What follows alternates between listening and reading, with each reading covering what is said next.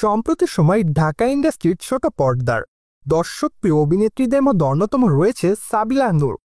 তাছাড়া এই তারকা তার ক্যারিয়ারে যেমনটা নাটকের পর্দায় অভিনয় করেছে, ঠিক তেমনি ওটিটির পর্দাতেও বেশ কয়েকটা ওয়েব সিরিজেও দেখা গিয়েছে অভিনেত্রীকে। পাশাপাশি অবশ্য সর্বশেষ ঢাকা ইন্ডাস্ট্রির মেগাস্টার খ্যাত তারকা সাকিব খানের তাণ্ডব চলচ্চিত্রে করেছে অভিনয়।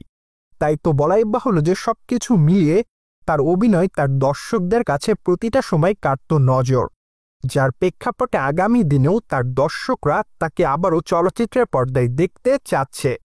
তাই তো বলাই বাহুল্য যে সম্প্রতি শোনা যাচ্ছে যে ঢাকায় নির্মাতা তানিম নূরের আসন্ন চলচ্চিত্রে দেখা যাবে সাবিলা নূরকে। চলচ্চিত্রটিতে অবশ্য আরও অভিনয় করবেন বাংলাদেশের দর্শকপ্রিয় তারকা চঞ্চল চৌধুরী। পাশাপাশি অবশ্য আরও অভিনয় করতে দেখা যাবে শরীফুল রাজকে। তাই তো বলাই বাহুল্য যে এট দ্য ফার্স্ট টাইম এই তিন তারকাকে চলচ্চিত্রের পর্দায় দেখবে এবার দর্শকরা। চলচ্চিত্রের শুটিংয়ের কাজটি অবশ্য ডিসেম্বর মাসের প্রথম দিক থেকে শুরু হওয়ার পরিকল্পনায় রয়েছে চলচ্চিত্রের নির্মাতারা। তাছাড়া তারা চাচ্ছে যে ঈদ উল ফিতরকে কেন্দ্র করে গোটা বাংলাদেশে তাদের এই চলচ্চিত্রটি মুক্তি দিতে। যদিও চলচ্চিত্রটির নাম রাখা হয়েছে বনলতা এক্সপ্রেস।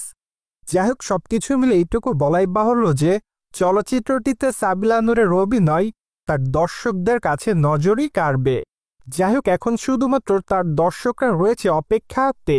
কিন্তু তাদের চলচ্চিত্রের গল্পটি মূলত নন্দিত লেখক হুমায়ুন আহমেদের কিছুক্ষণ উপন্যাস অবলম্বনে নির্মাণ করা হবে। ফলে বলাই বাহুল্য যে চলচ্চিত্রের গল্পটি শক্তিশালী থাকবে। পাশাপাশি অবশ্য চলচ্চিত্রের পর্দায় সাবিলা নূরের চরিত্রটিও খুবই গুরুত্বপূর্ণ থাকবে। গুরুত্বপূর্ণ একটি চরিত্রে অভিনয় করতে দেখা যাবে চঞ্চল চৌধুরীকে। যাই হোক, খবরগুলো প্রকাশ্যে আসার পর থেকেই সম্প্রতি সময় সকল দর্শকরা রয়েছে অপেক্ষাতে চলচ্চিত্রের পর্দায় এই তিন তারকাকে একসঙ্গে দেখার জন্য। প্রসঙ্গত বর্তমানে সাবিলা নূরের হাতে রয়েছে বেশ কয়েকটা প্রজেক্টের কাজ। তার মধ্যে থেকে অবশ্য অন্যতম রয়েছে সিয়াম আহমেদের আসন্ন চলচ্চিত্র রাক্ষস, যা অবশ্য নির্মাণের দায়িত্বে রয়েছে নির্মাতা মেহেদী হাসান হৃদয়। সো ভিউয়ার্স, ঢাকায় তারকা সাবিলা নূরের অভিনয় চলচ্চিত্রের পর্দায় আপনার কাছে কেমন লাগে তা অবশ্যই কমেন্ট বক্সে জানাতে কিন্তু ভুলবেন না।